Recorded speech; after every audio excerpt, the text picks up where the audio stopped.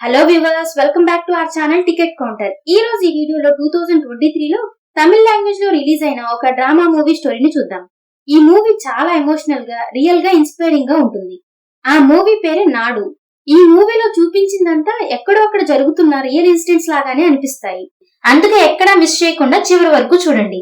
ఇలాగే మరికొన్ని వీడియోస్ ని చూడాలి అనుకుంటే మన ఛానల్ ని సబ్స్క్రైబ్ చేసుకొని ఫాలో అవుతూ ఉండండి. మరి మూవీ స్టార్ట్ చేద్దామా?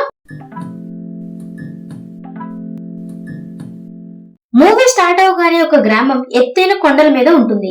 అక్కడ అతిపెద్ద సమస్య ఏంటంటే అక్కడ ఎవరికైనా ఆరోగ్యం బాగోలేకపోతే కనీసం అంబులెన్స్ కూడా అక్కడికి రావడానికి చాలా ప్రాబ్లం అవుతూ ఉంటుంది. అంతేకాకుండా ఆ గ్రామం నుంచి బయటికి వెళ్లడానికి వారంలో కేవలం 2 బస్సులు మాత్రమే ఉంటాయి. ఒక రోజు గ్రామంలోని ప్రజలందరూ చాలా బాధగా ఉంటారు. ఎందుకంటే ఆ గ్రామంలో ఏ డాక్టరు లేకపోవడంతో అలా బాధగా జీవిస్తూ ఉంటారు. కానీ అదే గ్రామంలో ఉండే అముద అనే ఒక అమ్మాయి తన డాక్టర్ అవ్వాలని నిర్ణయం తీసుకుంటుంది. కానీ తనకి ఎగ్జామ్స్ లో కాస్త తక్కువ మార్క్స్ వచ్చినందుకు యూనివర్సిటీలో అడ్మిషన్ దొరకదు. దాంతో అముద చాలా బాధపడుతుంది. అలా సీట్ దొరకపోవడంతో అముద చాలా బాధపడుతూ సడన్ గా అందరూ ఉన్న ప్లేస్ నుంచి పక్కకు వెళ్తుంది. అది గమనించిన అముద తండ్రి తనేమైనా చేసుకుంటుందేమో తన వెనకాలే వెళ్తాడు. కానీ ఈలోపే అముద చెట్టుకు ఊరేసుకొని చనిపోతుంది. అదంతా చూసిన గ్రామ ప్రజలందరూ చాలా బాధపడతారు. ఆ గ్రామంలో ఎవ్వరూ అంతగా చదువుకోలేదు. అక్కడ ప్రస్తుతం డాక్టర్ కూడా లేరు. దాంతో అముదకి కనీసం సిపిఆర్ కూడా చేయలేకపోతారు. అందువల్ల అందరూ కలిసి అముదాని ఎలాగోలా కష్టపడి గ్రామానికి దగ్గరలో ఉన్న చిన్న హాస్పిటల్ కి తీసుకెళ్తారు. అక్కడ కనీసం ఒక అంబులెన్స్ కూడా ఉండదు. అందువల్ల గ్రామంలోని కొంతమంది వెంటనే అంబులెన్స్ కి ఫోన్ చేస్తారు. కానీ ఆ గ్రామం ఎత్తైన కొండల మీద ఉండడం వల్ల అంబులెన్స్ రావడానికి దాదాపు 2 నుంచి 3 గంటల సమయం పడుతుంది. దాంతో అముద వాళ్ళ అన్నయ్య మారి అముదాని ఎలాగైనా రక్షించుకోవాలని నిర్ణయం తీసుకుని అముదాని తన భుజం మీద వేసుకుని పరిగెత్తుతూ ఉంటాడు. ఆ తర్వాత చాలా సేపటికి అంబులెన్స్ వస్తుంది. దాంతో తన కుటుంబం వాళ్ళు కొంతమంది కలిసి అముదాని హాస్పిటల్ కి తీసుకువస్తారు. అప్పుడు డాక్టర్ అముద చేతులు పట్టుకొని చెక్ చేసి తను చనిపోయింది అని చెప్తాడు. ఒకవేళ మీరు హాస్పిటల్ కి తొందరగా రీచ్ అయి ఉంటే తనని కాపాడే వాళ్ళమని చెప్తాడు. అదంతా విన్న అందరూ చాలా షాక్ అయ్యి బాగా బాధపడతారు. ఎందుకంటే అముద ఒక్కతే ఆ గ్రామంలోని ప్రజలందరిలో డాక్టర్ అయ్యి అందరికీ సేవ చేసి వారికి ట్రీట్మెంట్ చేసి ఆ గ్రామం మొత్తాన్ని మంచి స్థానంలో ఉంచుతుందని ఆ ప్రజలందరూ తన మీదే ఆశలు పెట్టుకున్నారు. కానీ వాళ్ళ కలలన్నీ కేవలం కలగానే మిగిలిపోతాయి. ఆ తర్వాత అక్కడికి బస్ రాగా అముద శవాన్ని ఆ బస్ ముందు ఉంచి ధర్నా చేస్తూ ఆ గ్రామ ప్రజలందరూ ఎప్పటి వరకైతే కలెక్టర్ గారు మా గ్రామానికి డాక్టర్ ని అపాయింట్ చేయరో అప్పటి వరకు మేము బస్ ని ముందుకు కదలనివ్వమని చెప్తారు. అందువల్ల కలెక్టర్ అక్కడికి వచ్చి అముద వాళ్ళన్న మారిని చూసి ఏ డాక్టర్ మీ గ్రామానికి రావడానికి సిద్ధంగా లేరు. ఏ స్టూడెంట్ అయినా బాగా చదివి అంత డబ్బు ఖర్చు పెట్టి డాక్టర్ అయ్యేది బాగా పెద్ద పెద్ద హాస్పిటల్స్ లో పనిచేసి డబ్బు సంపాదించడానికి కానీ ఇలాంటి గ్రామాలు రావడానికి కాదు. అలాంటి వాళ్ళు మీ గ్రామానికి రావడానికి ఇష్టపడట్లేదు. నేను చాలా డాక్టర్స్ తో మాట్లాడాను. కానీ ఏ డాక్టర్ కూడా ఇక్కడ 2 రోజుల కంటే ఎక్కువ రోజులు ఉండలేక వెళ్లిపోతున్నారు. నా కూతురు కూడా ఒక డాక్టరే. తను సిటీలోనే పెరిగి పెద్దదయింది. నా కూతురికి గ్రామాల గురించి ఏమీ తెలీదు. కానీ నేను తనని ఒప్పించి కనీసం ఒక వారం మీ గ్రామంలో ఉండేటట్లుగా చేయగలను. ఆ తర్వాత తనని అక్కడే సర్వీస్ చేయడానికి ఒప్పించాల్సిన బాధ్యత మీదే. ఒకవేళ మీరు నా కూతురుని మీ గ్రామంలోనే డ్యూటీ చేయడానికి ఒప్పిస్తే నా కూతురు శాశ్వతంగా మీ గ్రామంలోనే ఉండిపోతుంది అని ఆ కలెక్టర్ ప్రెజెంట్ జరుగుతున్న కొన్ని నిజమైన విషయాలను చెప్పి ఆ గ్రామస్తుల సమస్యకి ఒక సొల్యూషన్ కూడా ఇస్తాడు. ఇదంతా గ్రామంలోని వాళ్ళందరూ విని కలెక్టర్ కి ధన్యవాదాలు చెప్తారు. ఆ తర్వాత కలెక్టర్ అక్కడి నుంచి వెళ్లిపోగా ఆ గ్రామస్తులందరూ మనం ఇప్పుడు ఎంత బాధగా ఉన్నా సరే మనం ఆ వచ్చే డాక్టర్ అమ్మను సంతోషంగా మన గ్రామానికి స్వాగతిద్దాం. ఆమెను జాగ్రత్తగా చూసుకుందాం. ఆమెకి ఎటువంటి సమస్య రాకుండా చూద్దాం. దానివల్ల ఆ డాక్టర్ అమ్మ సంతోషంగా ఫీల్ అయ్యి మనతో బాగా కలిసిపోయి మన గ్రామం నుంచి తను ఎక్కడికి వెళ్లకుండా చేద్దామని నిర్ణయం తీసుకుంటారు. అలా ఆ గ్రామ ప్రజలందరూ వాళ్ళకి వీలైనంత వరకు అన్ని ఏర్పాట్లు చేసి ఆ డాక్టర్ ని వాళ్ళ గ్రామానికి ఆహ్వానిస్తారు. ఆ డాక్టర్ పేరు శోభన. గ్రామంలోని వాళ్ళందరూ శోభనని చూసి ఈమె డాక్టరా లేదంటే మోడలా, ఈమె ఇక్కడే ఉంటుందన్న నమ్మకం మాకు లేదు. అయినా సరే ఈమెను ఇక్కడ ఉంచేలా చేయడం మన కర్తవ్యం అని చర్చించుకొని ఆమెను స్వాగతిస్తూ మెడలో దండ వేయడానికి ప్రయత్నిస్తారు. కానీ శోభన అందుకు ఒప్పుకోదు. ఎందుకంటే తనకి ఇదంతా చాలా విచిత్రంగా అనిపిస్తూ ఉంటుంది. ఆ తర్వాత గ్రామంలోని వాళ్ళు శోభన ఉండడానికి ఒక గదిని చూపిస్తారు. అది చాలా చిన్నగా ఉంటుంది.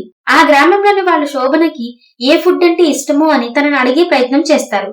దాంతో తనకిష్టమైన ఫుడ్ ఐటమ్స్ చెప్తుంటే ఆ పేర్లు ఆ గ్రామస్తులు విని ఒకరి ముఖం ఇంకొకరు చూసుకుంటూ ఇంతవరకు ఇలాంటి ఫుడ్ నేమ్స్ మేము వినలేదే అని అనుకుంటూ ఉంటారు. ఆ తర్వాత శోభన వాళ్ళందరినీ చూసి మీరేం చెయ్యాల్సిన పని లేదు, నేనంతా మేనేజ్ చేసుకుంటానని చెప్తుంది. ఆ రోజు రాత్రి శోభన నిద్రపోతూ ఉండగా తన ఇంటి దగ్గరికి అడవి నుండి ఒక పులి వస్తుంది. శోభన ఆ పులిని చూసి చాలా భయపడిపోయి గ్రామస్తులందరినీ గట్టిగా అరిచి పిలుస్తుంది. శోభన అరుపులు విని గ్రామస్తులందరూ తన ఇంటి దగ్గరకు వచ్చి ఆ పులిని అక్కడి నుంచి తరిమేస్తారు.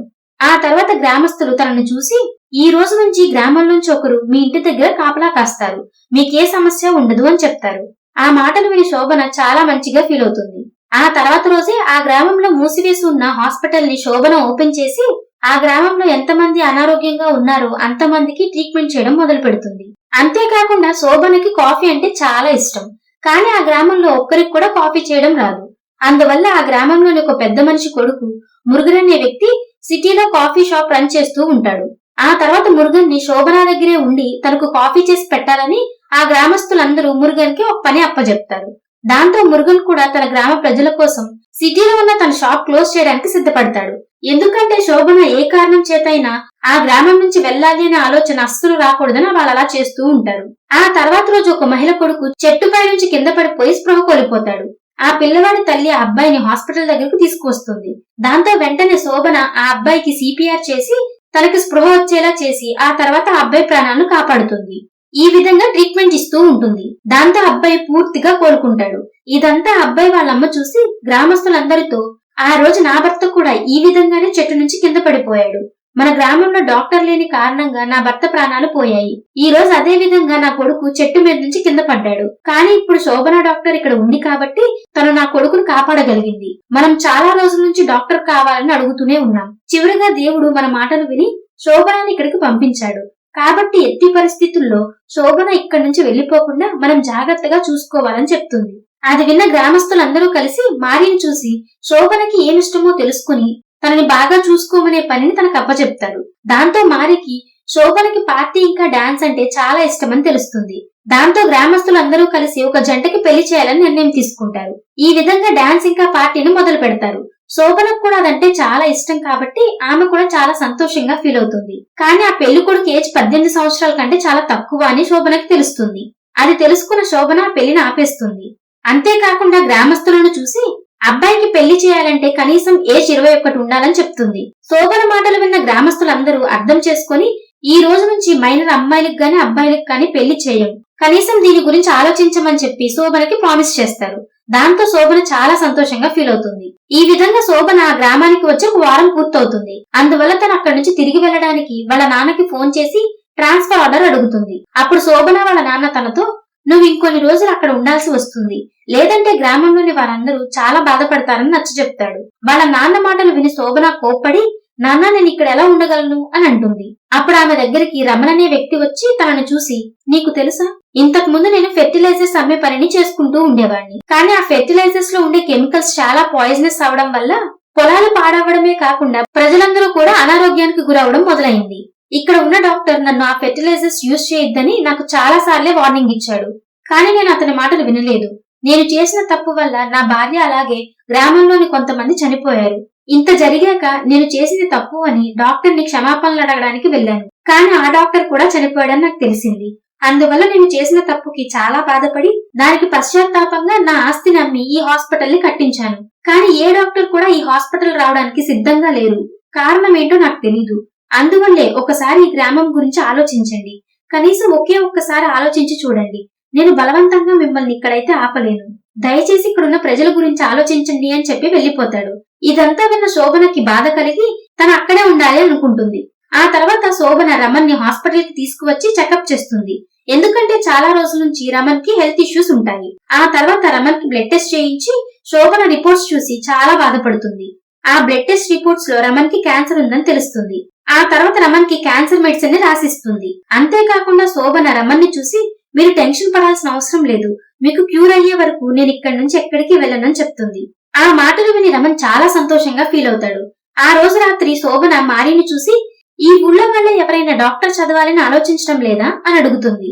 అది విన్న మారి, నా చెల్లి అమూద తప్ప ఈ గ్రామంలో చదువుకున్న వాళ్ళు ఎవ్వరు లేరు. తనకి 12th స్టాండర్డ్ లో 1200 కి 1192 స్కోర్ వచ్చింది. కానీ డాక్టర్స్ ఎంట్రన్స్ ఎగ్జామ్ లో కొన్ని మార్కులు తక్కువ వచ్చి మెడిసిన్ అడ్మిషన్ దొరకలేదు. అందువల్ల తను ఆ బాధ తట్టుకోలేక చనిపోయింది. ఎందుకంటే అమ్ముద డాక్టర్ అయ్యి అందరికీ ట్రీట్మెంట్ ఇస్తూ ఈ విలేజ్ ని తీర్చిదిద్దాలని ఆశపడింది.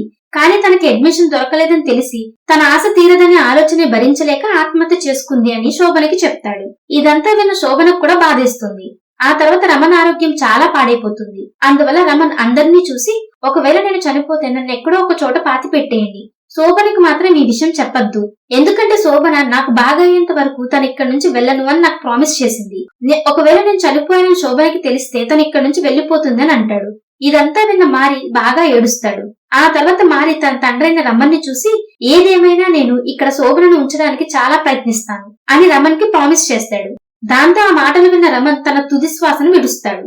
ఆ తర్వాత గ్రామస్తులందరూ ఎలాంటి పద్ధతులు లేకుండానే సింపుల్ గా రమణ్ ని పూడ్చిపెడతారు. కానీ మారికి మాత్రం వాళ్ళ నాన్న మరణంతో తన మనసు విరిగిపోతుంది. సరిగ్గా అప్పుడే మారికి తన చిన్నాన్న లక్ష్మణ్ కనిపిస్తాడు. లక్ష్మణ్ రమణ్ కి ట్విన్ బ్రదర్. చూడ్డానికి ఇద్దరు అచ్చం ఒకలాగే ఉంటారు. అందువల్ల మారి తన చిన్నాన్నకి సేమ్ వాళ్ళ నాన్నలాగే డ్రెస్ వేయిస్తాడు. ఎందుకంటే రమణ్ చనిపోయిన విషయం శోభనకి తెలియకుండా ఉండాలి అని. ఆ తర్వాత రోజే శోభన కొన్ని టెస్ట్ కోసం రమణ్ ని హాస్పిటల్ కి రమ్మని పిలుస్తుంది. అప్పుడు లక్ష్మణ్ అక్కడికి వెళ్ళగా శోభన లక్ష్మణ్ ని చెక్ చేయగా రిపోర్ట్ వస్తుంది. ఆ రిపోర్ట్స్ లో లక్ష్మణ్ కి క్యాన్సర్ ఉందని తెలుస్తుంది. అది కూడా లాస్ట్ స్టేజ్ లో ఉందని తెలుస్తుంది. ఇదంతా శోభన మారికి చెప్తుంది. దాంతో మారి వాళ్ళ చిన్నాన్న బాగోగులు చూడడం మొదలు పెడతాడు. ఎందుకంటే తనకిప్పుడు వాళ్ళ నాన్న తర్వాత ఇప్పుడు చిన్నాన్నే ఉన్నాడు కాబట్టి. కానీ పాపం మారి తలరాత అస్సలు బాగుండదు. పాపం లక్ష్మణ్ కూడా చనిపోతాడు. ఇదంతా చూసి ఆ గ్రామంలోని ఒక వ్యక్తి శోభనతో జరిగిందంతా చెప్పేస్తాడు. ఇతను లక్ష్మణ్. రమణ్ చనిపోయి చాలా రోజులైంది. మిమ్మల్ని ఇక్కడే ఉంచాలన్న ఉద్దేశంతో అందరూ రమణ్ చనిపోయినా కూడా మీకు చెప్పకుండా దాచిపెట్టారు. కానీ ఇప్పుడు భగవంతుడు కూడా మాతో లేడని మాకు అనిపిస్తుంది అని ఆ గ్రామంలోని ఒక వ్యక్తి శోభనకి చెప్తాడు. ఇదంతా శోభన విని చాలా బాధపడుతుంది. ఆ తర్వాత రోజు ఉదయమే శోభన గ్రామస్తులందరినీ చూసి, నేను ఇక్కడ ఉండాలని అనుకున్నా ఉండలేను, ఎందుకంటే నాకు పెళ్లి కుదిరింది, నేను అక్కడికి వెళ్లాల్సిందే, నేను దాన్ని ఆపలేను. అంతేకాదు మీ అందరూ నా వల్ల నా కోసం పెట్టిన ఖర్చులన్నిటినీ నేను తిరిగిచ్చేస్తున్నానని చెప్తుంది. ఎందుకంటే నేను ఇక్కడి నుంచి వెళ్లడం తప్ప నాకు మరో ఆప్షన్ లేదు అని అంటుంది. ఇదంతా విన్న గ్రామస్తులు చాలా నిరాశపడి బహుశా ఇప్పుడు శోభనని వెళ్లకుండా ఆపడం కష్టం అని అనుకుంటారు. ఆ తర్వాత రోజు ఆ గ్రామ పెద్ద మారిని చూసి, ఒకవేళ శోభన ఈ గ్రామంలోనే ఏదో ఒక అబ్బాయిని పెళ్లి చేసుకుంటే ఆమె ఇక్కడే ఉండిపోతుంది కదా, అందువల్ల మనం శోభనకి నచ్చే ఒక అబ్బాయిని మనం వెతికి పెట్టాలి అని అంటాడు. ఆ తర్వాత మురుగన్ వీళ్ళని చూసి, ఏ అబ్బాయి అయినా ప్రేమించాలి అంటే అబ్బాయి కనీసం ఒక మాదిరి అందంగా అయితే ఉండాలి, అతని ముఖం చూడడానికి కాస్తైనా బాగుండాలి కదా, కానీ అటువంటి అబ్బాయిని మనం ఎక్కడి నుంచి తీసుకువస్తాం అని అంటాడు. దాంతో ఆ గ్రామ పెద్ద, మీరెవరైనా శోభనని పెళ్లి కొప్పిస్తే నా తండ్రి నాకు ఇచ్చిన ల్యాండ్ ని మీకు ఇచ్చేస్తానంటాడు. దానికి ఆ గ్రామంలోని అబ్బాయిలందరూ ఒప్పుకుంటారు. కానీ శోభన అబ్బాయిని ఇష్టపడే విషయం పక్కన పెడితే కనీసం అబ్బాయిలతో మాట్లాడను కూడా మాట్లాడదు. ఆ అబ్బాయిలకు కూడా శోభనతో మాట్లాడే అంత ధైర్యం ఉండదు. అందువల్ల మారి అబ్బాయిలందరికీ, మీరు శోభన దగ్గరికి వెళ్లి ఏం చెప్పాలో నేను చెప్తా వినండి అని ఎమోషనల్ గా కొన్ని మాటలు చెప్పి ఏడుస్తాడు. అప్పుడు మురుగన్ మారిని చూసి, మరి నువ్వు ఇంత బాగా చెప్తున్నావు కదా, నువ్వే డైరెక్ట్ గా వెళ్లి శోభనకి చెప్పు, ఒకవేళ నువ్వు తనకి నచ్చొచ్చు కదా, అలాగే నువ్వు తప్ప ఈ పనిని ఇక్కడున్న ఏ అబ్బాయి చేయలేడు అని చెప్తాడు. ఆ తర్వాత రోజు శోభన మారితో కలిసి తన ఎంగేజ్మెంట్ కి తన ఇంటికి వెళ్తుంది. శోభన ఇంట్లో వాళ్ళందరూ చాలా సంతోషంగా ఉంటారు. కానీ మారి చాలా నిరాశగా కనిపిస్తూ ఉంటాడు. శోభన దగ్గరికి వెళ్లి ఏం చెప్దామన్నా మారికి ధైర్యం సరిపోదు. ఆ తర్వాత శోభన ఎంగేజ్మెంట్ పూర్తయ్యాక గ్రామానికి తిరిగి వస్తూ ఉండగా ఆ గ్రామంలోని ఒక మహిళ శోభనకి ఫోన్ చేసి, నా కొడుకు పరిస్థితి అస్సలు బాగలేదు, తన నోట్లో నుంచి రక్తం వస్తుంది, నువ్విచ్చిన మందులు కూడా దొరకటం లేదు అని చెప్తుంది. శోభన ఆ మాటలు విన్న వెంటనే చాలా భయపడిపోయి తన కార్ స్పీడ్ ని బాగా పెంచి డ్రైవ్ చేసుకుని వెళ్లేసరికి ఆ అబ్బాయి పాపం అప్పటికే చనిపోయి ఉంటాడు. ఇదంతా చూశాక అబ్బాయి వాళ్ళ ఇంట్లో విషాద ఛాయలు అలుముకుంటాయి. ఆ తర్వాత శోభన ఆ అబ్బాయి చెల్లెలను చూస్తుంది. ఆ పాప పొరపాటున తన అన్నయ్య మందులన్నీ వేసేసుకుని ఆ మందుల రియాక్షన్స్ వల్ల వామిటింగ్స్ చేసుకుని స్పృహ కోల్పోతుంది. ఆ పాపను చూడగానే ఆ పాప వాళ్ళమ్మ ఇంకా భయపడిపోతుంది. ఎందుకంటే ఒక పక్క తన కొడుకు చనిపోయాడు, మరో పక్క తన కూతురు చావు బ్రతుకుల మధ్య పోరాడుతుంది. దాంతో శోభన పాపని బ్రతికించడానికి చాలా ప్రయత్నిస్తుంది. ఆ పాప అదృష్టం వల్ల బతికిపోతుంది. ఇదంతా చూసిన ఆ పాప వాళ్ళమ్మ శోభనను చూసి, నా కూతురిని బ్రతికించినందుకు నీ రుణం తీర్చుకోలేనని చెప్తుంది. శోభన అక్కడ లేకపోయి ఉంటే ఆమె ఒకే రోజు తన పిల్లలిద్దరినీ కోల్పోయేది. ఆ తర్వాత ఒక రోజు రాత్రి శోభన తన పెళ్లి కార్డ్స్ ని మారికి ఇవ్వడానికి వెళ్తూ ఉంటుంది. అప్పుడే మారి గ్రామస్తులందరినీ చూసి, నన్ను క్షమించండి, నేను మా నాన్నకిచ్చిన మాటను పూర్తి చేయలేకపోయాను, రేపు శోభన వెళ్లిపోతుంది, ఎందుకంటే రేపు తన పెళ్లి, మనం తనని ఆపలేకపోయామని అంటాడు. అప్పుడు గ్రామస్తులందరూ మారిని చూసి, నువ్వు ఏడవాల్సిన అవసరం లేదు, మనందరం మన వంతు ప్రయత్నం చేశాం. మురుగన్ సిటీలో తన షాప్ ని వదిలేశాడు. ఈ రోజు వరకు పేర్లు తెలియని వంటలు మనం వండి పెట్టాము. మనం ప్రతి పనిని శోభన కోసం వదిలేసి కొత్త పనులు ఎన్నో చేశాము. ఈ రోజు తను కూడా వెళ్ళాలి అనుకుంటే వెళ్ళనివ్వు, మన తలరా తింటే ఆ దేవుడు ఇలాగే రాశాడు అని చెప్తాడు. ఆ తర్వాత మారి గ్రామస్తులందరినీ చూసి, శోభన మన కోసం చాలా చేసింది, మనం ఆమె మీద కోపం తెచ్చుకోకూడదు, మనం చాలా సంతోషంగా తనని సాగనంపాలి అని చెప్తాడు. ఇదంతా అక్కడే ఉన్న శోభన విని చాలా ఏడుస్తుంది. పాపం తను ఏం చేయలేక అలా ఏడుస్తుంది. అందుకే శోభన ఆ తర్వాత రోజు గ్రామస్తులందరినీ చూసి నన్ను క్షమించండి, మీకు నేనేం చేయలేకపోయానని అంటుంది. అప్పుడు ఒక మహిళ శోభనని చూసి, మీరు నాకు డెలివరీ చేశారు, నేనప్పుడు చనిపోయే పరిస్థితిలో ఉన్నాను, కానీ మీ వల్ల నేను నా కూతురు బ్రతికే ఉన్నాం, అందుకే మీరు నా కూతురికి పేరు పెట్టి వెళ్ళండి అని చెప్తుంది. ఇదంతా విని శోభన ఆ మహిళ కూతురికి ముత్తులక్ష్మి అనే పేరు పెడుతుంది. నిజానికి ఆమె సౌత్ ఇండియాలో మొట్టమొదటి ఫీమేల్ డాక్టర్. ఆమె పేరునే శోభ ఆ పాపకు పెడుతుంది.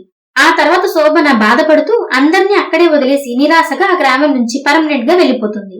అలా మూవీ ఎండింగ్ లో మారి ఆ గ్రామంలోని హాస్పిటల్ కి తాళం వేస్తూ ముత్తులక్ష్మి పెద్దదయ్యి డాక్టర్ అయ్యాకే ఈ హాస్పిటల్ మళ్లీ ఓపెన్ అవుతుంది అని చెప్తాడు.